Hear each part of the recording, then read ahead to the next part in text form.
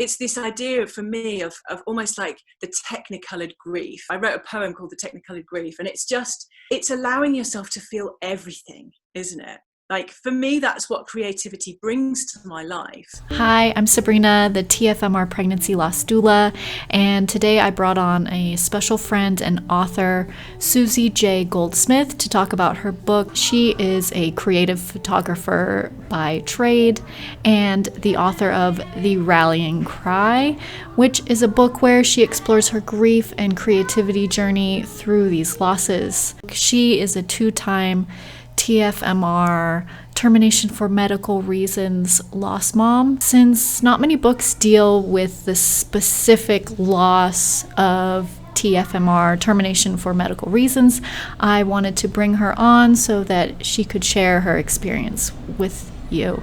Here is her interview. Thank you so much, Suzie, for coming on today. I'm really excited to have you here. Thanks for having me.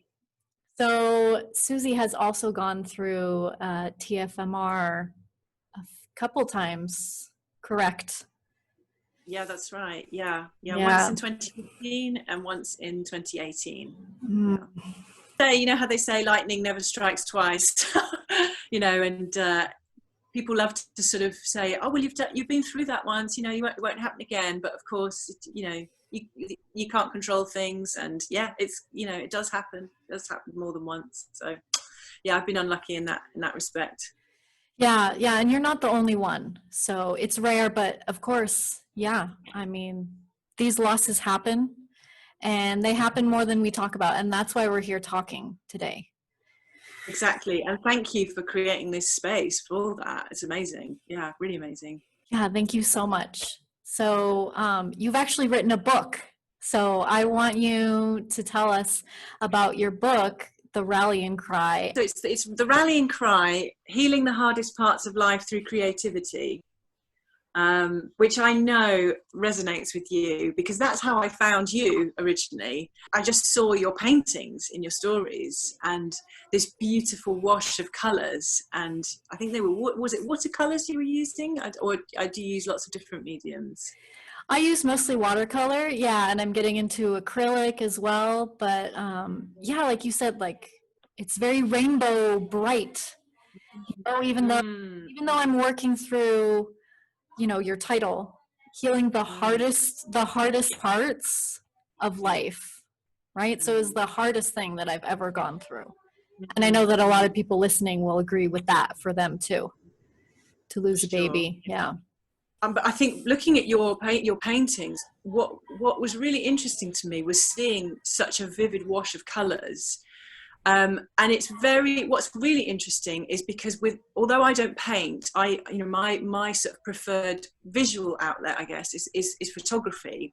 And I have definitely noticed in the beginning, when my style was shifting, it was very dark and lots of shadows and sort of glimmers of light. But as time has gone on, I am feeling more colour coming into my work, and I find it really satisfying when I get these deep hues of like red and like cool greens and sort of warm blues, and I feel very like it's this idea for me of almost like the technicolored grief. I wrote a poem called The Technicolored Grief, and it's allowing yourself to feel everything, isn't it? Like, for me, that's what creativity brings to my life. My therapist, I think when I started telling her about this book that I was writing and all the things that I was doing, I think she was initially worried that I was just getting busy, and like almost avoiding the real issues. But I felt very certain that no, I'm not avoiding anything. This is my way of processing it and looking at it and sitting with it, the discomfort, and feeling it all. It was very much the opposite of avoidance. It was embracing it, but finding a safe way to explore it all. Because when you just sit and think about it, as like you've said before, with meditation, sometimes it can be too much, or you feel like you're doing it wrong. Whereas creativity, I mean, if you show it to people, that's a different story. But when you just keep it for yourself, there's no right or wrong.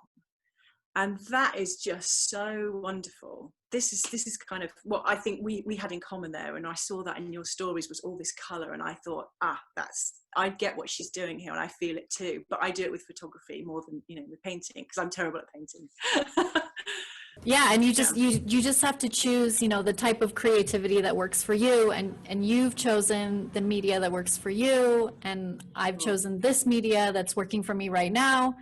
It might be something else in the future as well, and I'm open to that as well. I mean, this is it. Like, to be honest, like, I actually have a few different little things that I do, but I'm always open to trying other things. One thing that I write about in the book is that we shouldn't necessarily limit ourselves to one specific thing, because very often you can find, there's people talk about like a creative block or something, and it's just this expectation that it should look a certain way or feel a certain way, and it's quite frustrating when you hit that wall. But if you have something else that you can just dabble in, then it kind of takes the pressure off, but it allows you to kind of stay in tune with that inspiration. So for me, the three things that I do are photography, writing, and ukulele. And the ukulele is the easiest thing for me, because it's just 10 minutes here and there. I play for my daughter. She likes Disney songs. That works for me.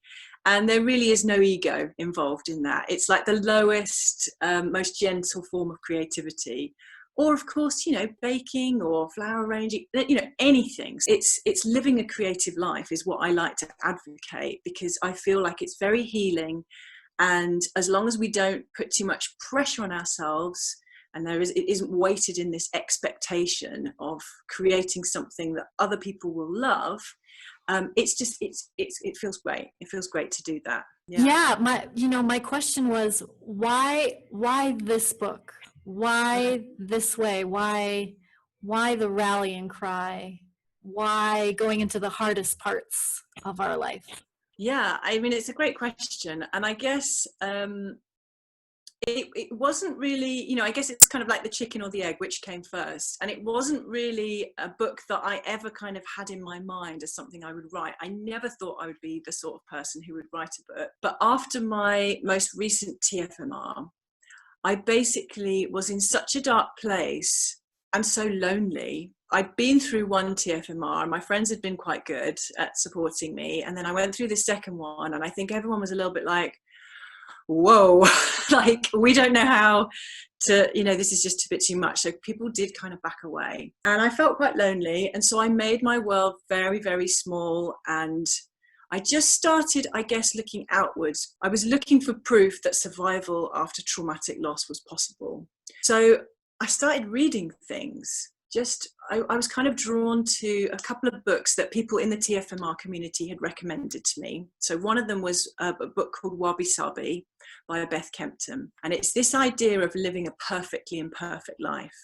So it's not really about grief or loss or anything like that, but it's just about sort of accepting the things that come and go with grace and mindfulness, which it really was just a very calming read. And I felt very soothed by her words. And I just thought, oh, how lovely to be able to write a book that is it's so helpful and it's so interesting, and it made me feel something other than the pain that I was feeling. And after that, I kind of followed the path of curiosity, and I came across Wild by Cheryl Strayed, which is, again, I mean, I don't know, have you read it? Yes, I've read that one, and I'm gonna have to put the other one now on my reading list. Okay, as well as yours, because I want to mention that the ebook form isn't out yet, and I'm anxiously waiting to get my hands on it. No, you'll be the first to know, I promise. But yes, you do need to add Wabi Sabi to your list. And yeah, Cheryl Strayed's Wild was really life-changing as well, because the way she wrote about these really painful topics, grief and death and losing her mum, she did it in such a way that it was so beautiful that it showed me that grief didn't necessarily have to be this catastrophic, awful thing that is ugly.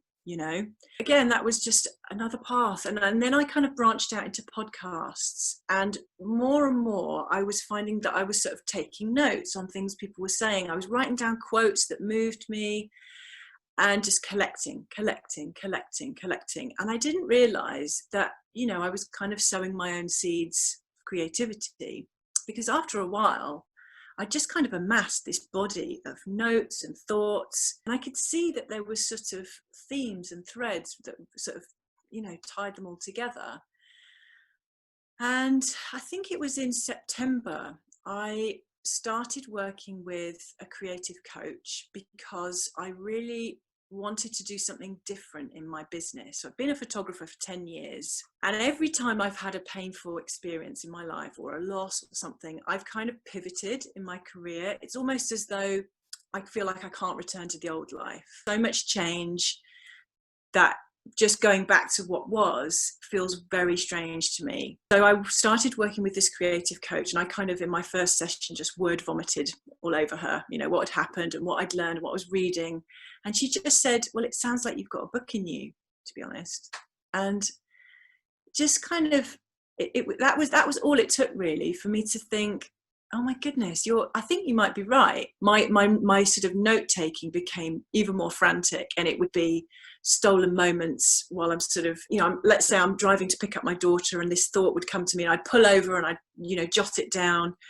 And then when I did have time to sit down, I'd sort of pull it all together and write the larger parts of the chapters. But it came together from, from October, which is interesting because that's the anniversary for my first TFMR, October, and then I just released it in mid-July.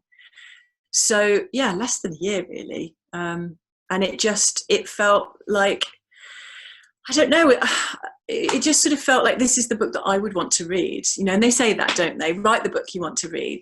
And I think that's the best place to start from, really, because you can't please everyone.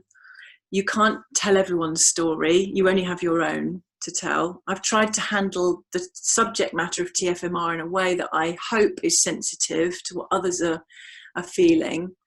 And the reason it's called a rallying cry is because I feel so passionately about other people's suffering and my own suffering. I just feel it's so terrible. It's so terrible to go through this level of suffering. And, I've had several losses, and the first few I was just like, okay, let's just muddle through this, muddle through. And then the last one, I just felt like, God damn it, no. Like, I'm so fed up with this, feeling like this, that there's got to be another way, and I'm going to find it. And when I do, I'm going to tell everybody else about it. And that's why it's I'm sorry, I'm ranting a bit now, because I just hate seeing so many of us going through, walking this difficult path alone as well, because as you know, TFMR is such a lonely journey, and I just feel really strongly that we shouldn't have to kind of just suffer in silence and wait for it to pass. We can be proactive in our grief, which isn't always, it's not possible straight away. We can't just bounce into thriving. We do need time to just sit and feel things. But when we're ready, I just would love to encourage anybody who has that urge to do something for themselves to reach for some kind of creative outlet, because you and I both know how much it helps us. Yes, and I'm so grateful that you wrote this book and that you're talking about this, because it's such a stigmatized loss. I mean, baby loss in general, or like a stillbirth, we're still sort of told to not talk about it.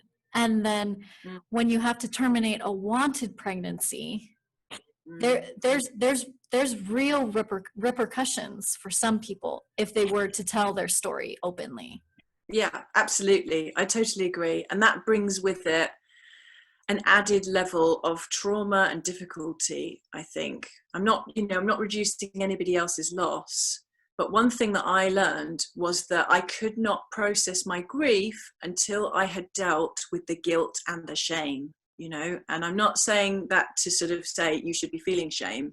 I'm saying that because that's what I felt. I felt that, why wasn't I a better person, that I could bring a sort of an ill child into the world? Or why couldn't I just let them pass away naturally? There's definitely something there that needs to be addressed before we can grieve properly, I think. And having, groups who are sort of very pro-life, makes it very hard on another level, I think. So yeah, you're right. Yeah. Yes, because they descend upon baby loss communities and they're spouting all of this stuff when these are places for bereaved parents to grieve, and we're not allowed to grieve. They shut us up. So I'm glad that you didn't shut up. Thank you. Yeah, well, and I guess it's just about shaping our experiences online as well, because we have the power to set our own boundaries, and we have, we can make choices about the information that we're consuming. And you might see that as burying your head in the sand, but I just see it as self-care, quite honestly. That's how I, and I choose not to engage with that, and I just have my own path to follow, because otherwise I'm going to be just flogging myself for the rest of my life, and I don't want that. I need to be happy, happy and sort of light for my daughter and for my family and for those around me, and that feels really important. So it feels important to prioritize that, and to be able to forgive ourselves if that's sort of the place that you're in right now. You need to be able to show yourself self-compassion, and hanging around those groups is just no good for that. Yeah, it's really important to curate your experience online, and that is totally fine. Very good self-care. I unfollow groups and people. This is not for me, and it's not burying my head in the sand. It's taking care of myself as a bereaved mother. Exactly. Yeah. And there are plenty of people who will show you great empathy and compassion. So go find those people. They are absolutely out there.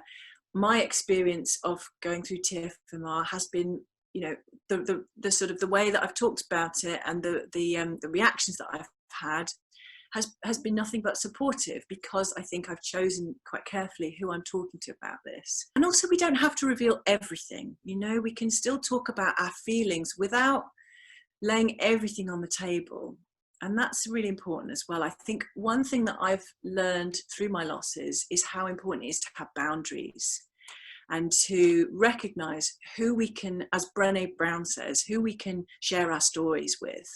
That's been so helpful to me, to recognize who that is. And actually, the people who are closest to you might not even be the ones who are worthy of hearing your stories. You may have to kind of just hold things in a little bit and find somebody else to share with. But they definitely are people out there. And when you find them, you've just got to hold on to them, because they're worth so much, aren't they? Oh, yes. Yeah. Yes, definitely.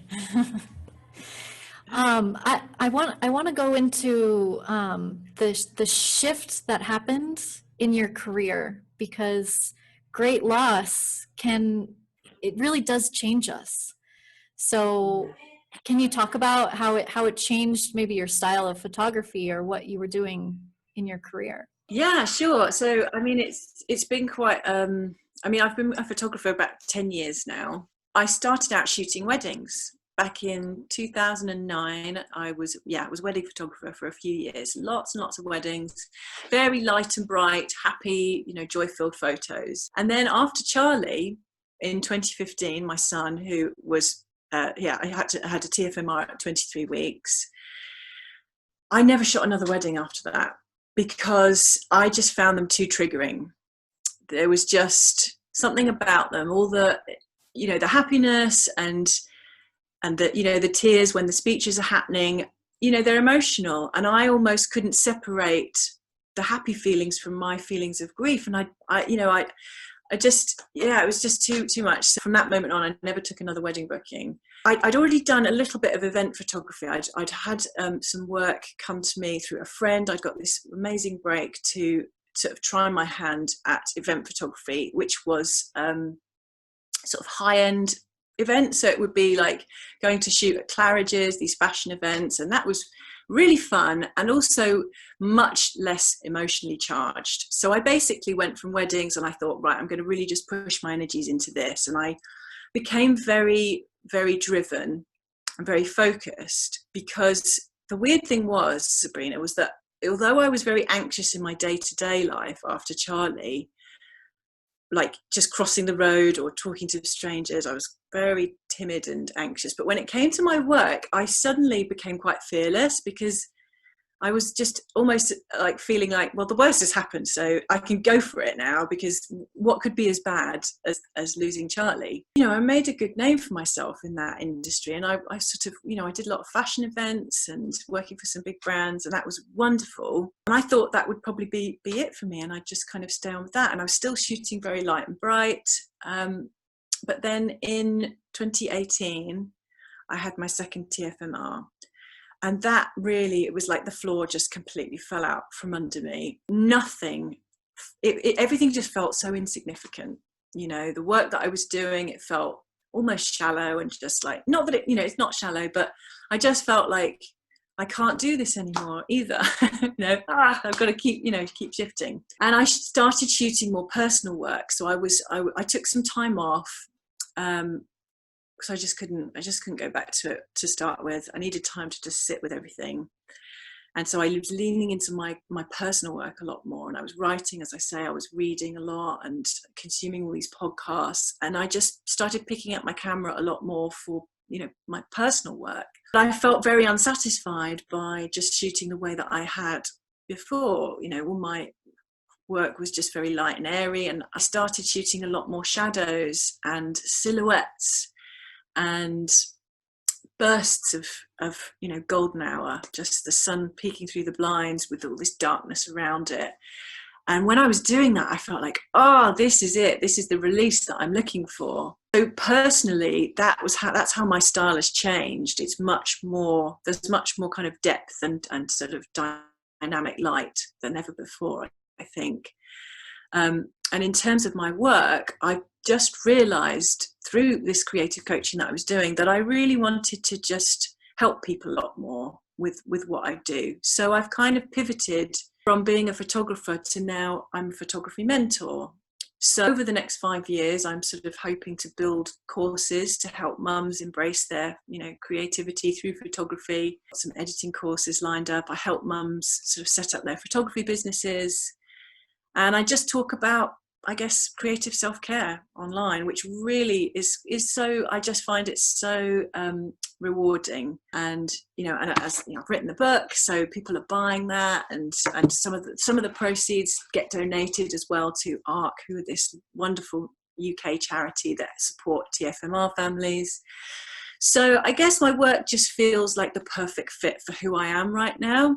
And it may change again, because we just don't know what life is ever going to bring us. But for me, I always feel as though I have to keep my finger on the pulse of what's happening in my life.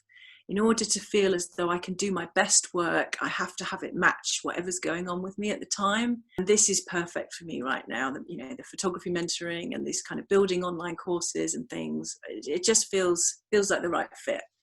Yeah, so it's just about tuning in, and that again is what is so great about creativity. And you know, when you do things like journaling or painting, as you say, you know, you can kind of tune in to how you're feeling, and it can be quite revealing when you sort of dig in to that. And yeah, it's just this ability to kind of keep evolving and shaping, and I love that. Yeah, you let it change your life path. You allowed it, and you allowed the changes to come in and to inform your creativity, and also for your creativity to help your grief. Yeah, it's a two-way relationship, isn't it? I think. Yeah. I think because just from trying to resist it, that's where the pain is, isn't it? The pain is not in the grief. The pain is in the resistance of the grief. And so if you lean in and you kind of just explore it, it's like crying. It's just a release, isn't it? It's just so much better to do that, I think, and just go with it than try and push back against it, because that's just no good for me anyway. Yeah, definitely. What would be a few tips that you would give someone who feels like they would like to explore their creativity, to I don't know, to integrate their grief after a termination or baby loss? What would you say to them? Yeah, so I guess in the first instance, I think it's really important to just give yourself time and space. Sometimes there's this expectation to be able to just bounce straight into something. It was like when lockdown happened and suddenly everyone was going, do something creative. And I think people were a bit like, whoa, the floor has just fallen out from under me and I'm supposed to pick up, knitting or taekwondo or, gardening, like just give me a minute, So I think that's the first thing to say, is that if you've gone through something really like life-changing and difficult, then give yourself like the grace that you need to just sit and feel it.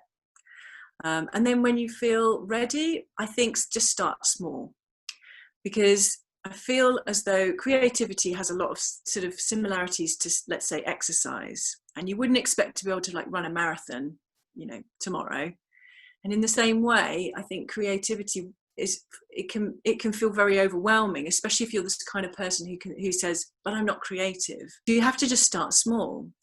So it might just be, letting go of that idea of, creating something amazing, and also maybe letting go of the idea of being expressive. Maybe just start with the smallest things, like arranging some flowers or organizing a shelf in your home to make it look like a space that you want to point your eyes towards. Or, if you do feel comfortable, just a line or two of, and write something in your phone, a thought, a feeling, or even just, dig out the music that moves you, or photo albums, just to spark some kind of inspiration. Because I think that creativity shouldn't necessarily be all about the output. It's about allowing yourself to be inspired as well, and finding those ways to invite inspiration in. Just start very, very small, I think.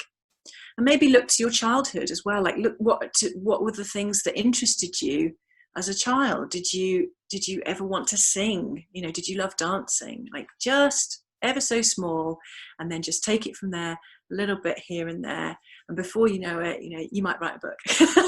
that's how it started for me. It was tiny things. Maya Angelou, she said that we don't use up creativity. The more you use it, the more you have. And I just think that's great. It is the snowball effect. So it's just start tiny, really, really the tiniest of things, and just a little bit here and there, and who knows where it could lead. Yeah, those are all really great tips. Yeah, give yourself time. Yeah. Start small, but like really small. It can be really, really small. Yeah. And take the pressure off. Yeah. Sorry? Yeah, just take the pressure off, I think. Don't expect it to be anything, just to dabble in something, I think. Yeah. Recently you shared a line drawing, like a stick figure drawing that you had done on Instagram. But it was very powerful, there was still so much emotion in it. And, it doesn't have to be a huge work of art to touch you or to... Yeah. I think I have it to hand. Do you want me to find it for reference? Oh, sure. I'll tell you why. It's because I was doing another chat with another lady, and she was telling me how she used to write poetry. She used to write a lot of poetry, and then her father passed away, and she felt almost completely closed to that.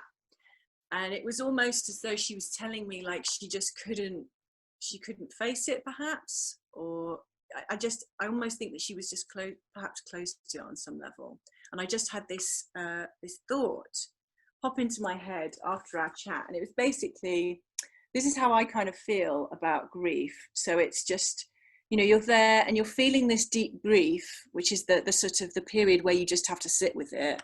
But then you kind of have these two choices. So you can either kind of lean in, or, we run the risk of numbing behaviors. So it might just be, I don't know, whatever it is that, for me personally, it's like eating, Netflix, just closing myself off, numbing, sleeping too much, and all of these things to try and avoid, the heavy thoughts. But ultimately they catch up with you, don't they? So that's why it's kind of leaning in. I'm trying to lean in. It's just a reminder to myself not to let myself kind of try and numb things, because it's just not helpful. Yeah. So yeah, you're right. These little flashes of creativity can be just as crap as that. Not crap. It's not crap. You know what's really interesting is that, so you drew a crossroads, but every single moment of our life, we can make that decision again and again and again. And even if yesterday we chose numbing, maybe right now we can lean in, and then maybe we're back, and it's just, you know, we have give yourself another opportunity, give yourself another chance. Yeah, you're so right. Yeah, it is. It's never, you know, it's never like, oh, I'm leaning in and I found, you know, the antidote, you know, degree. But it's a constant reevaluation, because it is. It's always like that, isn't it? It's something that we carry with us forever, and so it has to have that constant reevaluation, reflection. Yeah, and then your last tip was to sort of look to your past or even to your childhood for inspiration.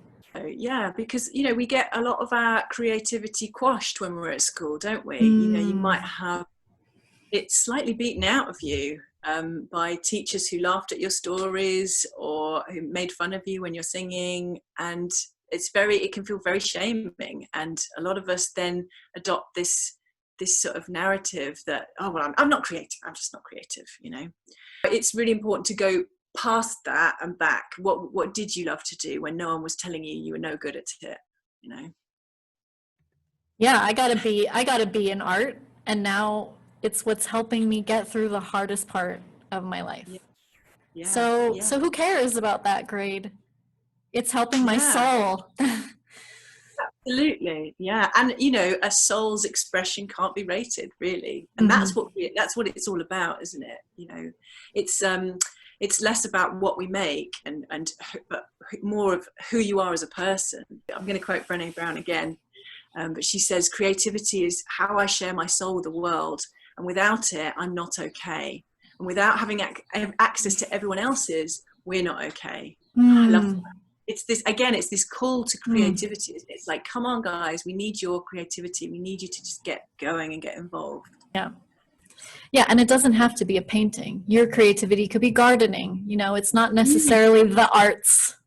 Yeah, or even it could just be a new direction for you in your career or something. So it doesn't have to be anything, even arts or crafts. It could be a creative mindset. Like, how do you look at your life? Do you want to create a life that you love? Like this woman that I was talking to the other day, she runs this this amazing community called the Rainbow Running Club, and this stemmed from her losses. And she now sort of organizes these events for women who've gone through loss, and she's created this community. And to me, that is a huge act of creativity. She's created this community, and it helps her heal, and it helps other people heal. And I just think, what a beautiful thing. And that has nothing whatsoever to do with arts and crafts. That is her creativity. She's made something from nothing.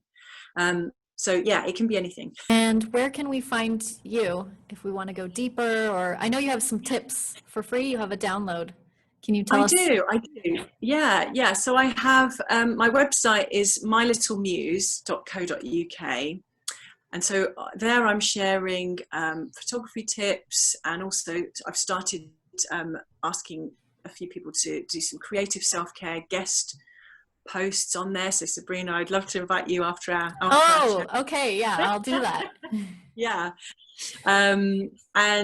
So I have a letter. I write letters to my community as well, because this was something that started right after my second loss. I felt like I just wanted somewhere to flex my writing muscle. So I started writing letters. I built this mailing list, and normally a mailing list is where you kind of sell things to people, but I just wanted to write. So I started writing these letters to people, and it slowly built and built and built. And actually that's where I practiced writing so that I could write the book. You know, it turned into more than that. But yeah, so on my website, you can subscribe to the letters, and there's also three guides. So there's 2 photography guides on there, and I've just added a creative self-care planner, basically. So it's wonderful.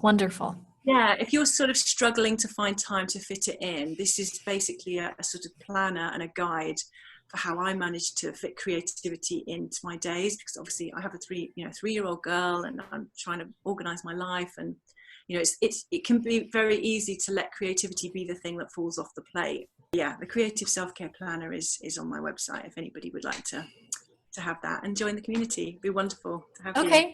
All right. Well, I will put all those links here in the description box.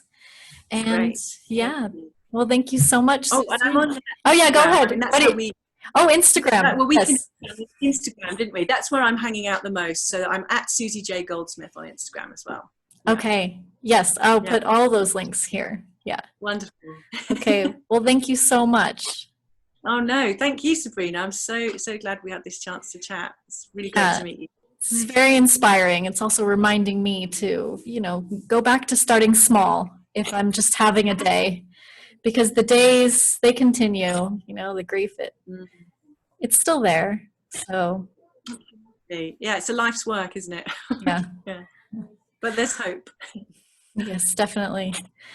All right. Thank you. Thank you, Suzie. Okay, well, take care, Sabrina, and we'll speak soon. Thanks. Okay. Bye. Bye.